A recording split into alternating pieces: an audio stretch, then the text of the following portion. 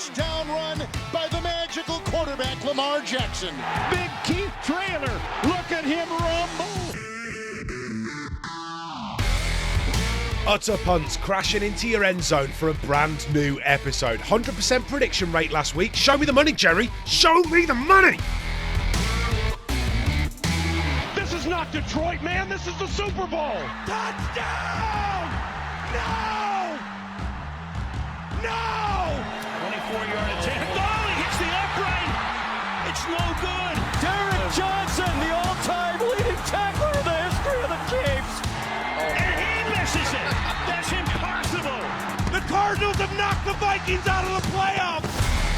Utter Punts is an NFL podcast made by UK fans of the National Football League. We're blitzing the conversation all season. I'm journalist and Giants fan Liam Bradford, and I've got two more Utter Punts alongside me. Vikings man Dave Keane joins us from Birmingham. Hello all, 7-1, flowing along, Packers are dying, happy days.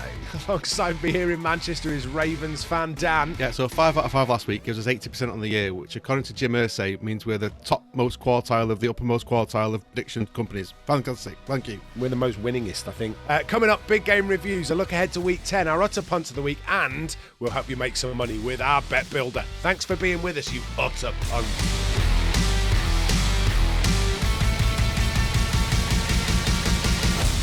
Hello, yes, welcome along to Utter Punts, episode 11 as we roll towards week 10 of the NFL season. As you can probably hear, my voice is absolutely knackered today. So for various reasons, I'll be doing the bare minimum. Only one of those reasons is that my voice is knackered. The rest of the reasons are that I can't be asked. Hello, Dave. How are you? I'm all right, thanks, mate. I had a pretty good Sunday this week. Yeah, we all had a pretty good Sunday this week, didn't we? Mm-hmm. All of our picks came in. Yeah, that was it. That's all that went on. Yeah. Also, at the pub this week, Dan, we heard reports that not only were there people in there that were listening to Utter Punts, but we selected right, and they started by chanting... Punts, punts, punts. All drinking their Punts, free beer, punts, which is wonderful. Punts. Yeah, I like a bit of that. That is how we roll on Utter Punts. Absolutely brilliant to hear that. Shall we start where we always do, and with the headlines? Another coach gone? Yeah. So Frank Reich's been sacked by the Colts. I think we sort of saw it coming when they moved on from Matt Ryan, didn't we? A couple of weeks ago, it was a fairly desperation move. It's starting to look more and more like the owner of this team is making some decisions based over the GM. I think reports coming out there now that he's sort of selected the quarterback and he's sort of sacked Frank Reich and gave him a couple of weeks grace with a different quarterback. I think they're running out of people to sack at the moment, and they're running out of sort of scapegoats. Frank Reich was on a short leash. It was Frank Reich that wanted to bring Carson Wentz into the Colts last year, and Irsay backed him with that. I think Irsay would have sacked Frank Reich. Apparently, he was really upset the way they dropped out the playoffs last year. Well, they didn't get into them. They lost to Jacksonville at home, who were trying to lose. They didn't make the playoffs. And Wentz went, and Frank Reich kept his job, but it was never long term. I don't think he will get another job, no doubt, somewhere else. I would think, Dave. I think if you're at Carolina, you're probably lining him up. I would think he'd be a great addition to them or the Texans or somewhere else. But it's a shame. He's a good guy, and he knows what he's talking about. But the decisions being made by the Colts are starting to look like a franchise that's going to be in disarray for about 10 to 15 years. These decisions are crazy now. Well, the appointment of someone who's never been a coach. Remember before the start of the season when we were doing our picks for the divisions, and I think we agreed that the Colts squad was far stronger than anyone else in their division. I'll still stand by that. Their O-line, which barely changed in terms of personnel, has gone backwards. And what's very interesting is that the head coach that they have appointed now used to be their O-line consultant 2 years ago when they had the best O-line in the league. And yeah, I mean, just smacks of Irsay trying to find a way to get the value out of his players. But I don't think firing the leader of the locker room, the man who came in when, was it McDaniels was offered the job and then at the last second pulled out of it for whatever reason. And then Frank Reich came in and took on some of that staff that had already been put in place by McDaniels and got good results with that team. But there's certain little alarm bells that should be ringing when it comes to roster building. They took Quentin Nelson, who's possibly one of the top 2 guards in the league, but they took him with a top 5 overall pick. That's not the value point for a guard. If you're going to do that, you really need to be kicking him outside to tackle and trying him as a left tackle where he can have more of an impact on the game. When you're a guard, there's only so much you can do. They've got what's their linebacker's name now? It was Leonard, but I know it was Shaq Leonard, isn't it? But it's Darius Leonard now, isn't it? Darius Leonard now, yeah. So I mean, he's one of the best linebackers in the league. They tend to do all right in the drafts, which is presumably why Ballard stayed. But then, like I say, I don't think that they are picking that well, and I can't see Jeff Saturday really turning around their fortunes. Be interesting to see whether or not they actually get any more wins this year, or if it is just an attempt by Irsay to get them to lose out and hopefully pick up one of the top quarterbacks in next year's league and then bring in the staff that he's after. I mean, I think it feels like giving a mate a job. Yeah, and I think Jeff Saturday had no idea he was getting this job 2 weeks ago. He's been an ESPN analyst this year. He's been very good and he's very well thought of, but he's been sort of ripping into the Colts a little bit and the Raiders and what have you. And so we had no idea he was getting a head coach's job in the next 2 weeks. He's never coached a professional game in his life. High school. And he's appointed, is it Parks Fraser? He's going to be the play caller for the Colts, who was Frank Wright's quality control guy 2 years ago. So are they just lining up a new GM and giving the new GM the #1 overall pick? Is that what they're trying to do to try and rebuild the roster? I mean, they've had 6 quarterbacks in 5 years. He announced that Ballard was going to be in place next year. It is Ballard, right? Becoming GM. Chris Ballard, yeah. But 6 days ago, he said that Frank Wright wasn't getting sacked as well. So I wouldn't. This guy's losing. Jim Irsay took over from his dad. So Bob Irsay was I only know because he was the owner of the Baltimore Colts before they moved to Indianapolis. Okay, so and he was renowned for being a bit of a firebrand owner. So he would walk down at halftime and threaten to fire the coach, threaten to pull the quarterback, and then at full time would forget he said it. And Jim Irsay, when he took over at Indianapolis, said, I've learned how not to be an owner. I've learned to sort of put it in the hands of people I trust and not be involved. And I just think he's losing that, and he's far too involved in the decision making. And I think they're starting to look like a franchise that's going to be a bit Brownsy for the next 10 or 15 years. These decisions could really have long-lasting implications. Is being a bit Brownsy the same as being a bit Spursy? Yeah, it's pretty much. Yeah. Dave's going to disagree. No.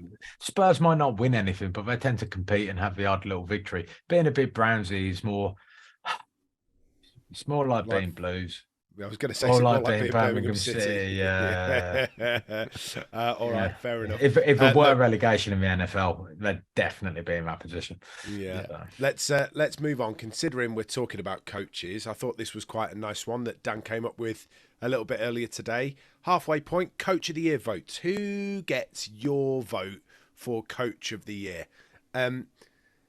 I think honourable mention for me goes to Brian Daboll, who's doing an absolutely magic job at the Giants. Yeah.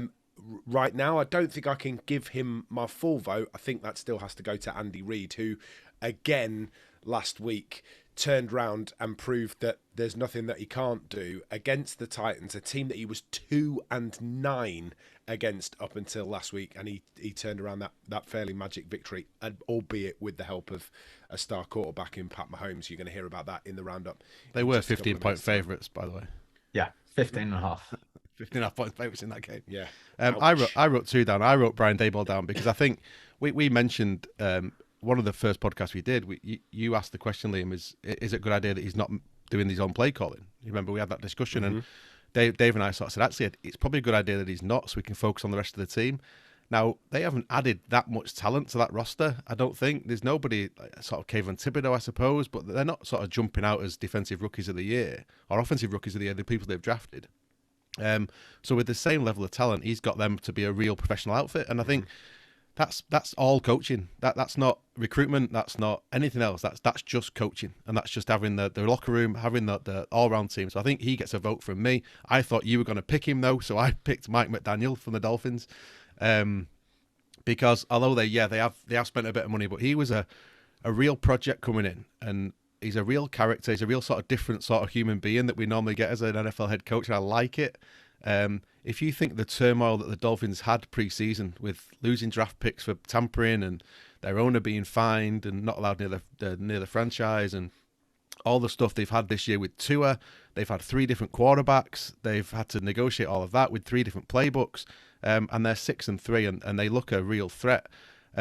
And you get his interview on Sunday after the game where did you see the thing where he's pulling Justin Fields to one side in the Chicago game, starting to stop scrambling because he didn't have a defensive game plan for it. That was funny. Pulling him on the sideline. And he said, "Why did you ask him to stop it?" He said, "Well, I didn't have a plan for it, so I just asked him to stop." And I just think, in this sort of this modern age of NFL, having someone that just speaks like that, I think is just refreshing. So he'd get my vote behind Dable, I think. Okay. Yeah. So there's 2 candidates that come to mind for me. I'm going to give the honourable mention first. That's Pete Carroll. I think everybody expected the Seahawks to be struggling this year. They're going into it without Russell Wilson, who was meant to be doom and gloom. Somehow they seem to have had a very similar draft to when they got the Legion of Boom in, and their defence is looking pretty exceptional. And at the same time, the offence is rocking. Pete Carroll's done a great job. But there's only one winner of this for me. There was a team that was not going to be making it the playoffs. There was a team that was going to be, potentially getting pushed down by resurgent other teams in their division. There was a coach who came in who had a quarterback that you can't win with. I know you can't win with this quarterback. He came in and built a coaching staff which is proving to be very effective. More than anything, he's turned Kirk Cousins, a man who constantly collapsed under pressure, into a quarterback who has led 4 fourth quarter comeback wins this season. We've lost 1 game. That was to the Eagles. In that game, we actually dropped 2 passes. Irv Smith Jr. could have made a game of it. He failed. Irv Smith Jr. is no longer our number 1 tight end. That's Hawkinson. He got brought into the team, barely knows the playbook, got 9 catches on Saturday. That's how you use a new weapon. He basically knew what his own weaknesses were. He brought in a clock management specialist who tells him what to do at the end of games. Against Washington at the weekend, they bled the clock down from 1 minute 28 down to 12 seconds to kick the winning field goal instead of taking 7 points from the 1-yard line. Kevin O'Connell's the coach of the year. It doesn't really matter to me where it goes from here. The fact of the matter is, he's turned Kirk Cousins from an absolute laughing stock in the eyes of many to someone who, if you watch now, he's being himself. He's been some kind of weird, quirky parody of himself, which seems to be working with the locker room. And that's all because of one man. Kevin O'Connell is the coach of the year, and everybody else just isn't measuring up. They're playing on prime time again anytime soon. Playing for Bills on as the feature game every weekend, right? Don't need to worry too much about prime time anymore. Confidence is there, mate. We've got Darius Smith. Should be the comeback player of the year, I think. Year out injured, comes in, leads the NFL in pressures, leads the NFL in sacks. No one's even mentioning him. Happily under the radar as a 7-1 team with a head coach who's better than yours. Why did he pick the Packers to win the division then? Hold on to your preview because it's coming up very shortly here on Utter Punts. Don't forget to like, subscribe, share with a friend. We would love to hear from you too.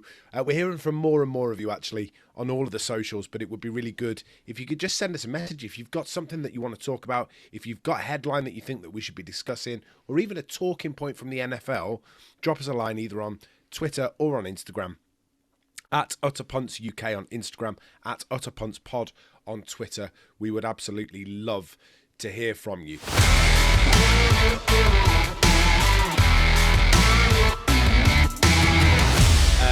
I don't know whether we have mentioned this, and I'm sure we won't mention it again because we're a humble lot here at Utter Punts.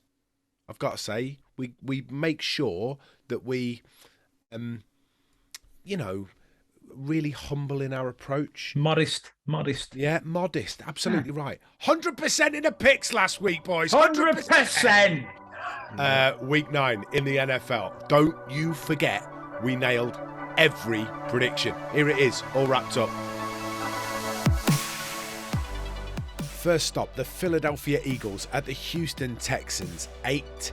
and 0. The Philadelphia Eagles have reached that milestone for the first time in their franchise history. A 29-17 win over the Texans for them this week. To be fair, the Texans gave it a really good tilt, but Jalen Hurts, 243 yards for 2 touchdowns, overcame the slow start for the win. Hurts is no stranger to an 8-0 start though. He did that with Alabama in his freshman year, and the result of that season for Alabama, they lost the championship final. Something he hasn't forgotten. Yeah, it's I know it's special for the city of Philadelphia, you know, and I mean I've been 8-0 before and lost the national championship, you know what I'm saying? So yeah, just take it day by day, you know what I'm saying? Take it day by day. We haven't accomplished anything yet, you know, and it's just it's a day by day thing of us controlling the things we can, playing to our standard, and trying to grow every day. I think that's truly what it's about.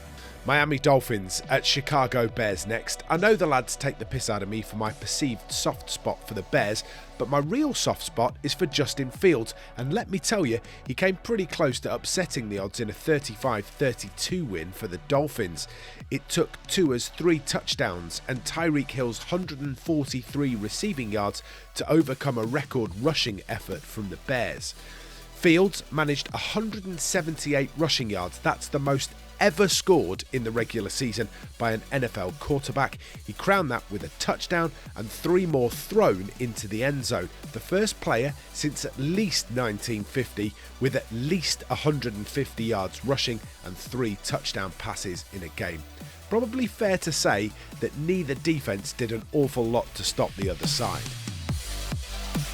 Rams at Bucks next, and oh my, Tom Brady, just when people thought it might be all over, you come up with a 60-yard drive ending with a 1-yarder with 9 seconds to play to end your longest losing streak in 20 years. A 16-13 comeback win. The Rams' fourth quarter nightmares keep on coming, sure, but let's just listen to how much Tom Brady enjoyed passing 100,000 career passing yards and that last 2 minutes. That was awesome. That was awesome. How much did this team need an emotional win like that? We needed it. We needed it. We got it. We fought to the end. Defense played great. Made some plays offensively. You know, I know we left a few out there, but it's it's a team's tough team. So got some great players. Glad we won. Is that what you thought when you left the field and had your fist pumped in the air? This is effing awesome. Yeah, that was pretty awesome. That's why we play, to get out there and win and give it all you got. Everyone was tired, threw the ball a lot, pass protected against, you know, one of the great players of all time. So guys made a lot of plays. It was great to see. The Tennessee Titans at Kansas City Chiefs, and the Chiefs win 2017. Pat Mahomes, here we go again. He threw the ball nearly 70 times in this game. He finished 43 of 68 with 446 yards and a touchdown in the air. He also rushed for the tying score and a 2-point conversion. Trust me when I say they needed every bit of that magic as well, because the Titans were not messing around, especially Derrick Henry, who finished the game with 115 yards and 2 touchdowns despite getting no help at all from Malik Wills, who was in for the injured Ryan Tannehill. And finally, Baltimore Ravens at New Orleans Saints, and Lamar Jackson silences the Superdome. That would have been my headline. A 27-13 win that saw jumping cuts and pirouettes from Jackson in sharp juxtaposition with Justin Houston, who walked off after his 3rd straight multiple sack game and an interception for good measure. The Ravens are top of the AFC North with a game advantage, and when you consider they converted 9 of 15 third downs and had a possession stat of over 37 minutes, you can start to understand why. Playoff form from the Ravens. Yeah, so we didn't do a bad job there, really, did we? Picked every single prediction that we made, Dan. I mean, you tried to pick the Saints, but I think that was just more to annoy me, which didn't work, and the Ravens won, so we're okay. I did do that, especially to annoy you. Yeah. There were a couple of closer ones than we anticipated in there, weren't there? I'm not quite sure we saw the Bears pushing the Dolphins quite that hard, and I'm not sure that we saw the Titans. I mean, when you look at what our bet was, all you can see there is, I believe, the Dolphins minus 2.5 points. And that came in. Well, the line moved. So when we record this podcast on a Wednesday, and I think I want to make this sort of clear to people. The line, I don't really put the bet on until sort of Saturday or Sunday, just because you're putting it on a Wednesday when you get the injury report on a Saturday seems a bit foolish. And I think we fell into that trap the first couple of weeks. So we did. But by the time I went to put the bet on, the line had moved from 4 to 2.5, and so we still went with that. But actually, thank God, because they won by 3. The line on the Titans had moved, but only to sort of 12.5 from 15. So it was still a fantastic option for us, and actually paid a little bit less back, but it came in, which was nice. And I know a couple of people got on it as well, which is good. So I think the amount of points in that game was, we sort of didn't we, with the Bears losing all their defensive talent and investing in offense, it was going to be a bit of a shootout. And we said the Dolphins would win a tight game and they'd probably win an explosive game, and I think we were probably right. Well, we were right. They did. Yeah. So I think probably the wisest thing to do is, if you listen to the podcast on like a Wednesday, Thursday, Friday, Saturday before the game, definitely cast your eye over the socials before you get to putting your bet on a Thursday or a Friday or a Sunday or whenever it is, because we'll update you. If the line has moved, if something has changed, if the bet is no longer value for money, we'll let you know. But we'll only let you know probably first on Instagram. So at Utter Punts UK on Instagram. Find us on there just to make sure that you absolutely get the right thing. Producer Andy has also wants me to make it clear that if you want to call Dave a punt online, you're more than welcome to do that as well. Yeah, great. I can pass that on. No, 100%. I'm more than happy with that. But repeatedly, still, my head coach is better than yours, and you know it. Oh, wow. I don't know about that. Well, I cannot wait for this to come back and bite you on the arse in about 5 weeks' time, when Kirk Cousins has gone full Kirk Cousins and thrown it all away for you. That'll just be Kirk. Sunday then. Yes. Sunday about 8:30 then. What when we lose to Case Keenum? We're meant to be doing these later. But that's not the point. O'Connell's great. Kirk is still Kirk, but he's kind of making Kirk quite great at the moment. I'm enjoying the ride.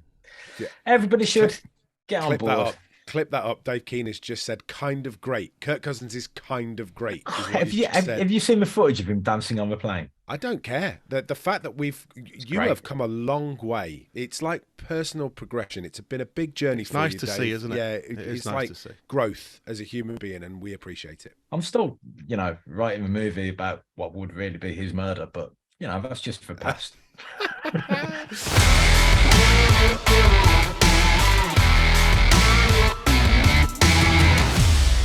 Let's move on to the game preview, shall we? Starting Thursday now at Falcons at Panthers. Dan, how's this one going? I think they only played each other a couple of weeks ago, and I think the Panthers at that point threw absolutely everything at the Falcons, and the Falcons won. I can't see anything other than the Falcons win. The Panthers, I think, are in the sort of we're trying to lose camp. So this early, PJ Walker will play, even though they pulled him at half time, and I've looked into a little bit of Baker Mayfield's contract, and the trade with that. So if Mayfield plays 70% of the first team snaps, the pick that Cleveland get goes from a 5th to a 4th. So I think Carolina are going to make it impossible for him to play. So PJ Walker will play. I think Sam Darnold's now come off IR, so he'd be the backup quarterback. Mayfield isn't going to play for the Panthers again unless they're absolutely desperate this year. So you've got one team who actually are looking quite frisky and are looking like they could maybe try and take that division, really, which is odd. But they look just about the most together team, certainly on offense, don't they? Cordell Patterson's back this week. He was back last week, but not 100%. He's back this week. I can't see anything the Panthers will do to stop the Falcons, and I think the Falcons just outscore them, even though it's in Carolina. Yeah, I mean, Baker Mayfield himself came out and said, I put 21 points on the board, but it was garbage time. Doing prevent defense, basically leaving room for him to pick his passes. But at least Baker got a little bit of practice in. I think you're right. It's going to take a couple of injuries, and Darnold maybe being horrendous for Baker to get back in. I like to think that Marcus Mariota might cock it up somehow, but I can't really see it. And I always like to see teams who are trying to tank fail and accidentally win. Like Jacksonville amused the hell out of me. Was it last year? I think. Yeah. I always enjoy that. It's something to keep an eye out for. Like the Lions picking up their win. Keep going, boys. Feels like a fairly feels like a fairly straightforward pick for everybody. This one, doesn't it? For me, it is. It's fairly straight. I think it's fairly straightforward. The line in this on points is only 43, and I think it was 35 all when they played 2 weeks ago. There's not a lot of defense in this. The Falcons are still struggle on the back end. I'm not sure the Panthers will really hurt them that much, but Falcons can falcon a bit, especially on defense. So you could see some bombs coming out and some sort of high scoring. I would go Falcons and maybe over 43 points. Would be the bet. Yeah, Falcons for me. I like that. Yeah, I think Dan's spot on there. No argument. Not based on logic. So prediction all round is Falcons, and the bet we think is Falcons and over 43. Yeah, you always take a bird over a cat team.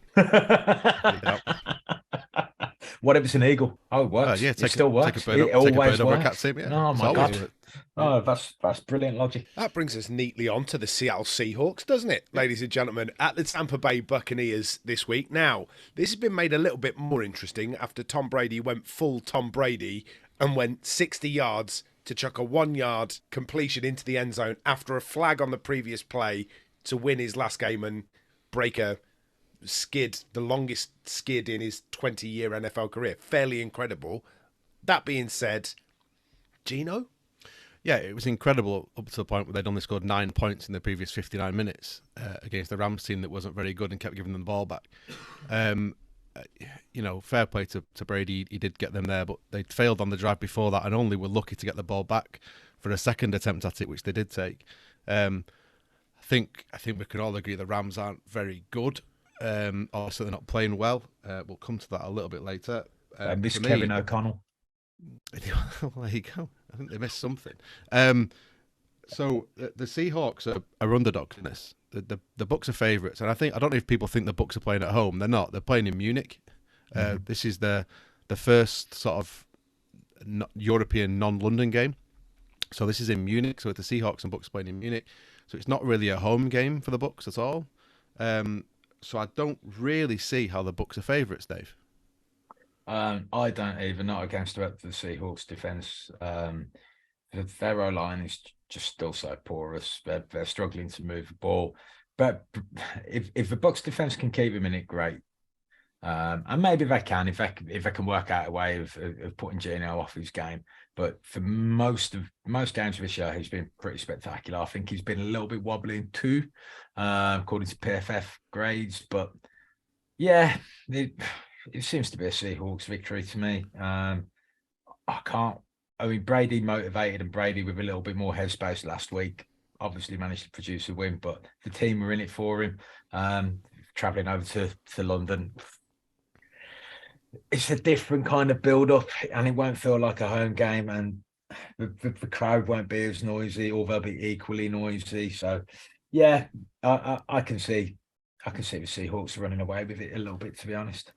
I think the Bucs, the Seahawks have struggled in games where they've not been able to run the ball very well. So they struggled massively against the 49ers in that game, if you remember, when we sort of picked the 49ers. But Kenneth Walker's really come in since then, and he's taken over the role since Penny got injured, and he's been phenomenal. And what we have seen from the Bucs is that they can't stop the run. The Ravens just gassed them 2 weeks ago, and they beat the Rams because the Rams have basically got Dave at running back. I mean, I think that there was no rushing attack at all. So the Seahawks will run I think the Seahawks will just run all over them. I think this will be a massive statement win for the Seahawks, because I don't really still take them that seriously as in the long run, but I take them more serious than I take the Bucs at the moment, and their strength of that running that ball and controlling them with that defense, I think will just overpower the Bucs. I don't think the Bucs will be able to stay with them. There is still an element in my head of Tom Brady after a win, back in a decent headspace, not on this 5-game slide. Is there something that maybe Tom Brady can pull out of the bag here? But it is only at the back of my head, and I had initially sort of thought to myself that the Seahawks should win this one. I mean, where's the value in this? I mean, you can get as much the equal value of the the Seahawks plus 4.5 points or the Bucks to win. Now I know which one I'd take. Give me the Seahawks plus the points all day long. I don't see why the Bucks are favourites, other than the fact they've got Tom Brady, who hasn't played well all year. No, I agree. The 4.5 points to the Seahawks is ridiculously good value. I'd take it all day long. Fair enough. So we're going all three of us Seahawks then? Yeah. All right, there's the prediction locked in. So on to Sunday at 6 o'clock. What's the deal with the pub at the Nook and Broom this week, Dan? We're going to go touchdown scorer again. So what we can do is either do the Bucks Seahawks game and the Bills Vikings game, or we can do the later game, which is Packers and Cowboys. What do you think? I think later game. I think later game, just because it might be slightly easier for us to pick. I think it's probably slightly more of an NFL crowd at that point as well. Yeah. Easier to pick. Oh, God. Well, yeah. I've put the pressure on you two now, haven't I? Beautiful. Let's start with the 6 o'clock game. We'll talk about the Nook and Broom in just a second. If you don't know what we're talking about, stand by. We will do it in just a mo. Given that it's Vikings at Bills, go on then, Keno. How do you see this one going? I see Case Keenum and Stefan Diggs combining for a touchdown to break Vikings' hearts due to 2 interceptions thrown by Cousins. But I'm hoping that's just the old pessimistic me. And in reality, the Vikings will prove to have too much for a Josh Allen-less Buffalo Bills. He's not going to play. Not with the injury he's got. He's basically probably out for 4 weeks. If he's back before then. So I think if it's Case Keenum, we win. And I'll be more than happy with that. If it's Josh Allen, just with his legs alone, he presents so many problems that even if he can only flip it down the field, he'll probably find something. So I'm going to go with the Vikings on the proviso over Josh Allen isn't playing. And apparently I'm to get off the fence. That's very nice. Producers in a mood. I think Josh Allen will play. I think looking at the last play of the last game, even though it was an interception, it was about an 80-yard bullet out of his right arm. So I don't think there's much wrong with it. Based on what it apparently is, that particular tendon, even if it's a sprain, it's a 4-week injury to heal. If he tries to play with it, he can maybe strap it up and start throwing from his hip more, but it's going to be a restricted motion if he does. It's not going to heal unless he rests it. Producer Bell, can we get like the casualty theme tune every time we get Dr. Dave in the house? Mate, just every time he makes some kind of. It's important. I know that, but you make such great diagnoses that I just think that bit of oxide and neutrino and bam for the reload would be absolutely perfect every time you speak. He wants to rub some sulfur and iodine in it. That's what he wants to do. I think Allen not being in the game would make a huge difference. I'm sure it would. But for me, the matchup I'm looking forward to in this is the Bills front, which is top class. I mean, it's top 3 in the NFL for sure, maybe top 2, maybe the best. Against this Vikings line, because we've not seen it really challenged since that Eagles game. And in that Eagles game, it did capitulate quite drastically. And the Vikings have been on a fantastic run, and they should be playing with a lot of confidence. But they've been beating up on some fairly terrible teams. The Eagles, they ran into a bit of a buzzsaw. Something always happens, which has helped us. On this occasion, it's Josh Allen's elbow going.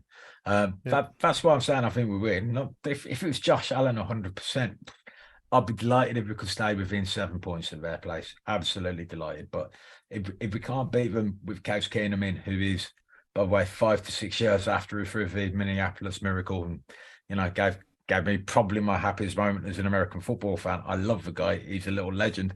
So it's one of those. Even if he beat us, I don't think I'll feel too bad about it. I just want to doff my cap and, it's fine. I think that's the other thing, isn't it? That's going to come into play here is the home team crowd. So even without Allen, I think that defense with that crowd behind them, I just want to see it. I think I picked the Vikings to win the North. They've had a little less faith in his own team than I did. And they're 5 games ahead of the Packers. So that was a fair pick. But I'd like to see them just do it against a good team. So I don't care if it's Case Keenum. I want to see them against a good defense. And I don't think they've played one since they played the Eagles. So if they go and they show me something against the offense, even if they lose, or even if they win against Case Keenum, I don't care. I want to see the Vikings offense against a good defense. And on that, I'll make my picks for the rest of the season with them. If they struggle against this defense, then they're going to struggle in the postseason, and they're just a walking into a buzzsaw into the playoffs. They're probably going to struggle against this defense. There's going to be too much interior pressure. That just screams to me that they can't beat the Eagles, they can't beat the Cowboys, they can't beat the 49ers, so they're not going to get very far in the playoffs. Last weekend, Ezra Cleveland got a 0 pass blocking grade from PFF, which I'd like to say it's the first time I've seen it, but it isn't, because Pat Elfline, I believe, also did it when he was our centre. So. I remember that. So it's one of those games. I can't wait to watch it. It's not much of a betting opportunity, I don't think, and more so around the injury of Josh Allen. I think he probably will play it, and Dave doesn't. But either way, I think it's just a game where we can learn a lot about something. Two of the top teams in the leagues at the moment going up against each other, and it'll be really a show me something game for me. I want to see what the Vikings do against a good defense. Don't care about the result. Predictions? Bills for me at home are pretty formidable with that defense. Yeah, I'll go Bills. Dave? I'm going to go with the Vikings because, like, it doesn't really matter. It's not going to change my vote there. And, yeah. What I'll say is this. I expect it to be closer than you two think it will be. And if it is Josh Allen, that's the Bills season over, because he's going to ruin his arm. Guaranteed. Just a hint of aggression in there, Dave. I kind of want Josh Allen to play. And I feel a little bit guilty about it, but I'd rather the season ended with Josh Allen available to the Bills 100%. He's a threat. Fair. I've had the Utter Punts legal team on the line. I'm not threatening him. No, the Utter Punts legal team have said we need to point out that you are not qualified at all to give any medical advice. So anybody considering following any medical advice provided by Dave Keane needs to give themselves a good hard look in the mirror and suggests it's probably not a great idea. Hey, I've never claimed to be a medical expert, merely a chemist. Magic sponge time. Says just sulfur and iodine, mate. You'll be right. Get some sulfur and cobwebs on it. Yeah, we'll be good. Right. Okay. So this is what happens every week at the Nook and Broom in Bramall, which is just outside Stockport in Greater Manchester. For those of you that like watching the NFL, want to find a new venue to watch the NFL in, the Nook and Broom is your place. Big screens everywhere. Great food menu for the early games. Absolutely spot on place. Run by great people. The beer's fantastic. We cannot recommend it highly enough. We've already mentioned a couple of times the bottomless brunches in there are insane. And if you're ever starting a full day out, it's a great place to do that. But they are an NFL venue. They want to really push the fact that they're an NFL venue. So they give us a challenge, and if we get the challenge right, you get free beer. And that's as simple as it is. So essentially, we've got to pick an anytime touchdown scorer in the 6 o'clock and 9:25 games. If that scorer comes in, you get a free pint if you're watching the NFL in the Nook and Broom. It's that simple. That means we've got to pick an anytime Stephon Diggs touchdown scorer in the Vikings-Buffalo Bills game. Dan, who are you going for? I fancy throwing a curveball in here. So I'm going to say my vote doesn't go to Diggs. It goes to there being a pick six from Cousins or a fumble recovered by the Buffalo defense for a touchdown. Defensive touchdown, Bills. Against Clutch Kirk and King O'Connell. Exactly. I would be so happy with my pint watching that. Anyway, we'll go with Diggs, shall we? Well, no. Dave, what have you got for us? Well, would you be going with Diggs? There's no point in going with Diggs. He's going to get shut down by Patrick Peterson. No, it'll be Davis who scores a touchdown for the Bills. Going up against no corner because Cam Dunstan's currently out, and we've probably got a 4th round pick rookie in there. So he seemed confident 5 minutes ago, didn't he? Yeah, what I really want to do is pick Josh Allen for a rushing touchdown, because I think that's where we're very vulnerable. Quarterbacks who can scramble, but I can't confirm that with him not guaranteed to play. So instead, I am going to go with. I'm going to go with Justin Jefferson. Right, we've now got to pick one. Pick one. So Stephon Diggs or defensive touchdown following interception or fumble recovery. Okay, we'll take mine out, shall we? Justin Jefferson. No. They're the 3 that we've got to pick from. Hold on a minute. With the venue, let us have both defenses. So any special teams or defensive touchdown. I reckon he probably would, yeah, if it's a defensive touchdown. Well, that lets us take an entire field as opposed to individuals. So if they'll let us do that, let's go with that. The defenses. Any team defensive touchdown. Yeah. Or special teams. Or special teams. So if they, teams. like a punt return for a touchdown, intercept, pick six, or a fumble recovery scored by the defense. If the pub do not let us do that, Stephon Diggs. Justin Jefferson. If the pub don't let us do that, Justin Jefferson. No. Hold on. If we're going to lose, it'll be because Case Keenum has combined with Diggs. So, yeah, let's go with Diggs. All right. Is that a reversal? Definite. Right, so we're going Stephon Diggs if we can't have the defense or special teams touchdown, yeah? Yeah, I think so. Moving on to the 9:25 game, and bearing in mind, boys, we have got to pick an anytime touchdown scorer in this one as well. Dallas Cowboys at Green Bay. Tony Pollard. Yeah, there you go. Done. I agree. I concur. All right. Yeah. Well, there's the touchdown scorer picked. Yeah. Now we've got to preview the game. Oh, yeah? The Packers are rubbish. I'm not sure this is that easy to pick, though, is it? It is for me. I don't love the Cowboys still. They're a bit Viking-y for me. I don't think they've really played anybody. I agree. And I think they will. They look to me like a team walking into the playoffs to get whacked by somebody like a 49ers team at home. They just look like they're walking into it. I don't think they're that good, but Green Bay are absolutely awful. They just put 9 points on the worst defense in football, Detroit. They couldn't do anything. And not only that, in that game, I think they've lost Aaron Jones. I think he's going to be out for probably up to a month. He was their offense. They've lost Romeo Dobbs, who was the only person who looked even willing to catch a ball from Aaron Rodgers. And they've lost Rashawn Gary for the year. He's got an ACL. That's their best offensive weapon and their best defensive player. And they were gashed before that. The Packers are terrible. I agree 100%. I feel bad for their fans to an extent, even though I don't know why I would, because, like, you know, the truth of the matter is, I think they're dying. I think their general manager has absolutely screwed the pooch. I think it's Brian Murphy, is it? Who's yeah, I know. Yeah. I think Brian Murphy, who's really possibly in charge there from a few different accounts in the locality I've heard recently. They took Love. They annoyed Rodgers. They've never got him a wide receiver. They traded up with the Vikings to take someone who's going to be a bust.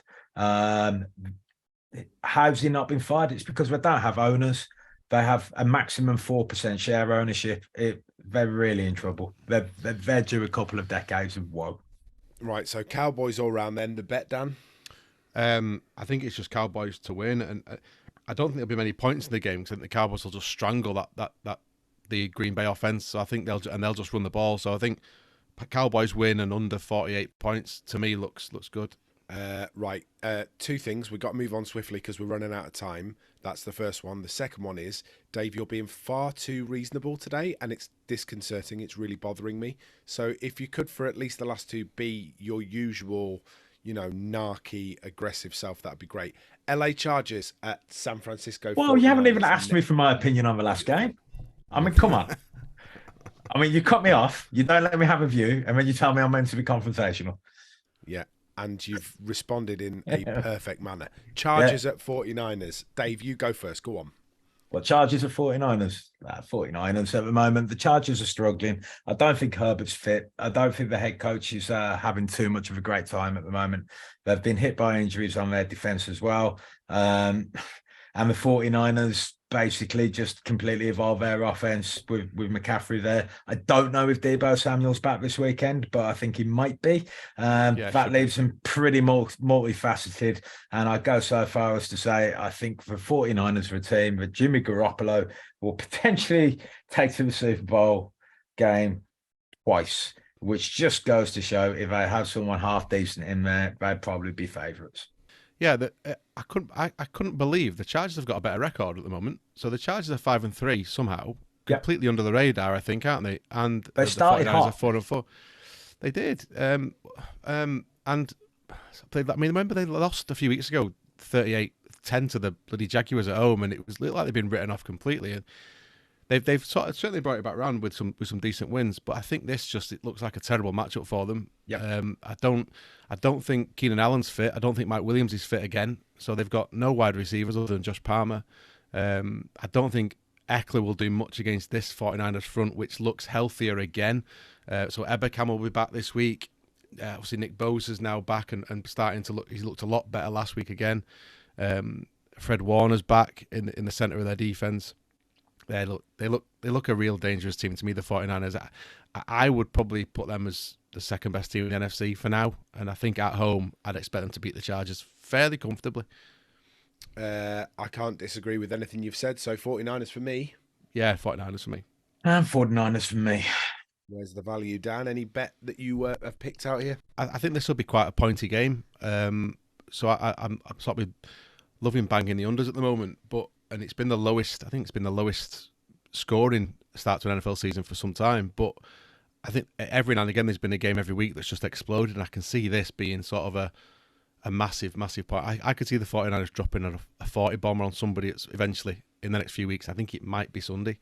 With a McCaffrey sort of field day somewhere and Debo back in the lineup and Kittle getting his touches, this could be dangerous for the Chargers. It could be really embarrassing. And when you look at a tight game like this and a potential sort of championship game, two good teams, two playoff-bound teams, I look at the coaching, and this is probably one of the best coaching staffs against from what I've seen, is probably one of the worst. And I don't like the matchup for the Chargers at all on that front. All good. Moving on to this will be quick. the Monday late game. I'm already giggling. It's the Washington Commanders at the Philadelphia Eagles. 8-0 Eagles for the first time in their franchise history. Jalen Hurts playing great football. In fact, they're brilliant both sides of the ball against the Commanders. I mean, who's starting us off on this one? And if you're going to say anything other than landslide, I'll be surprised. Always. Well, that's me then, because what are the points for the Commanders in this? It's 10.5, so you could probably push it to 14, and I think you've probably got a point. I honestly think it's going to be closer than people think. Taylor Heineke's a gamer. We closed them out, but we closed them out while they're trying to let us walk in a touchdown to go back after us. They had a 17-7 lead on us. I like the way they're playing. They seem to be playing for their quarterback. They're going into this as heavy underdogs. And I just think that divisional game, right? Throw the form book out the window to an extent. With that many points going in their favour, to me, it's a no-brainer. I'll be taking the points for Washington and going after the Eagles that way. I honestly think this is potentially the game that the Eagles lose. I think it's a potential banana skin game for them. I think that the Washington defense actually matches up quite nicely. It's possible they're going to have Chase Young back for this as a little bit of an additional bit of momentum. And yeah, for me, I think there's a game to be had here, and it's actually probably not a bad game to have on. I know the Commanders are a terrible mess in the background, but what's happening on the field right now with Taylor Heineke, I'm impressed. He makes them interesting, doesn't he? So he gives them a chance to win games, which I think is good for them. What they will do is they'll stop the Eagles running the ball. They won't allow the Eagles to run on them. I can't see the Eagles getting more than 100 yards on the ground, which will give at least the Eagles something to think about. And I think that will slow them down from a scoring point of view, and probably put it more on Jalen Hurts. And let's see, let's see what happens when he hasn't got that running game around him. I think they'll have too much because I think they'll just strangle Heineke in the offense because I think their defensive front. They have lost Jordan Davis. He was the guy they drafted this year. He was a brilliant run stopper. I was hoping the Ravens would get him, and he went to the Eagles, and then the Ravens got Hamilton instead. But he's not healthy. But I think he started off really well, and I think they missed him last week. But obviously they brought Robert Quinn in on the edge as well, so they've got some real depth on that line. Heineke could throw the ball. He's got a bit of father about him, hasn't he? So he does tend to throw the ball up a bit. And I think it could go one or two ways. It could make the game really interesting and high scoring. It could just give the ball back to the Eagles a bit too much. And I think if they get the time of possession, the Eagles, which I think they will, I can't see it being anything other than an Eagles win. But I think when you're talking double figure points, I think I'd take that. I think I'd take the points. Eagles win for me. The value is obviously in the points line. We've already discussed that. Yeah, I've just seen one here. It's over 4.5 touchdowns, which is even money, which I quite like. Yeah, over 4.5. Yeah, so 5 touchdowns in the game. I'll take that. That's pretty decent. Eagles win for me. Eagles win, and if you can get sort of over the weekend, if we can push that handicap up to sort of 12, 13, 14, take it. Take the points. All right, good stuff.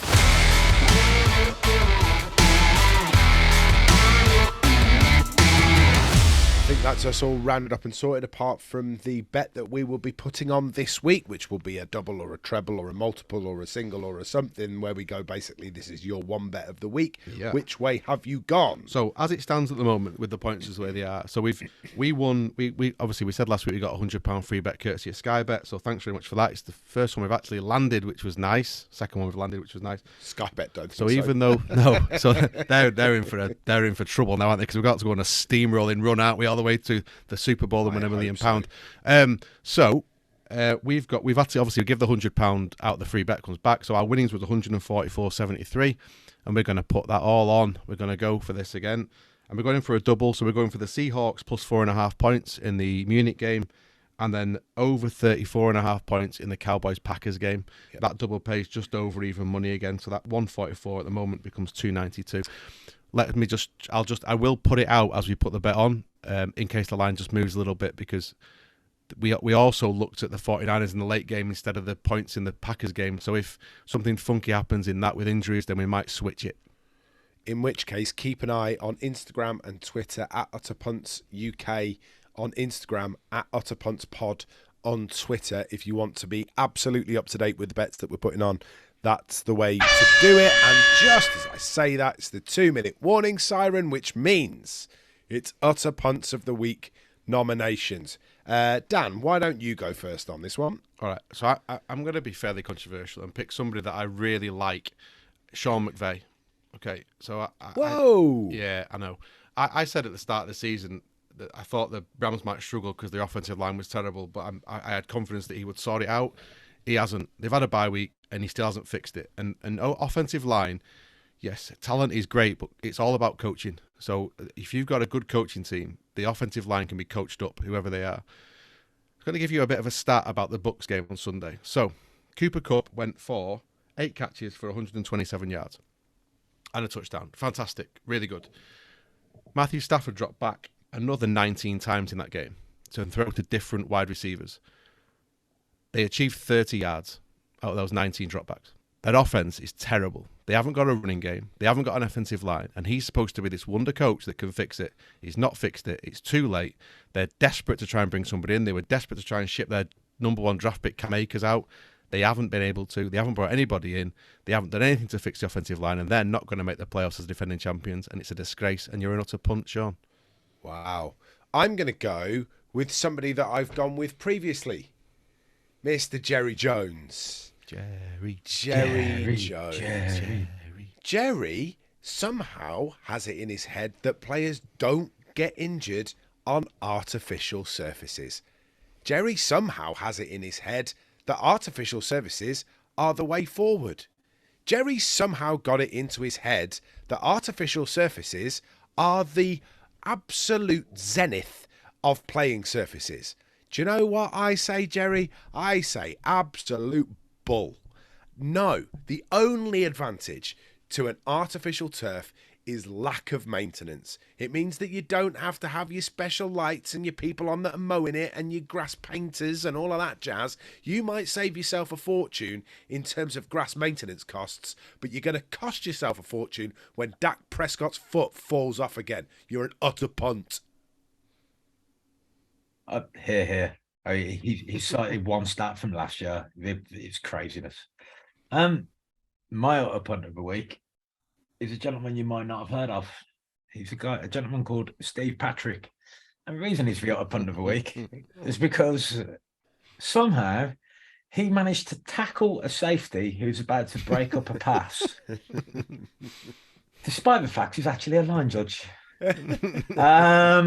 It was in the Vikings-Washington game, and to be fair, he apologised afterwards, and it was an accident, but it did look like he absolutely levelled our safety, and Curtis Samuel somehow caught the ball between two other defenders and managed to go through for the touchdown. The truth of the matter is, Steve Patrick probably isn't the upper punt of the week.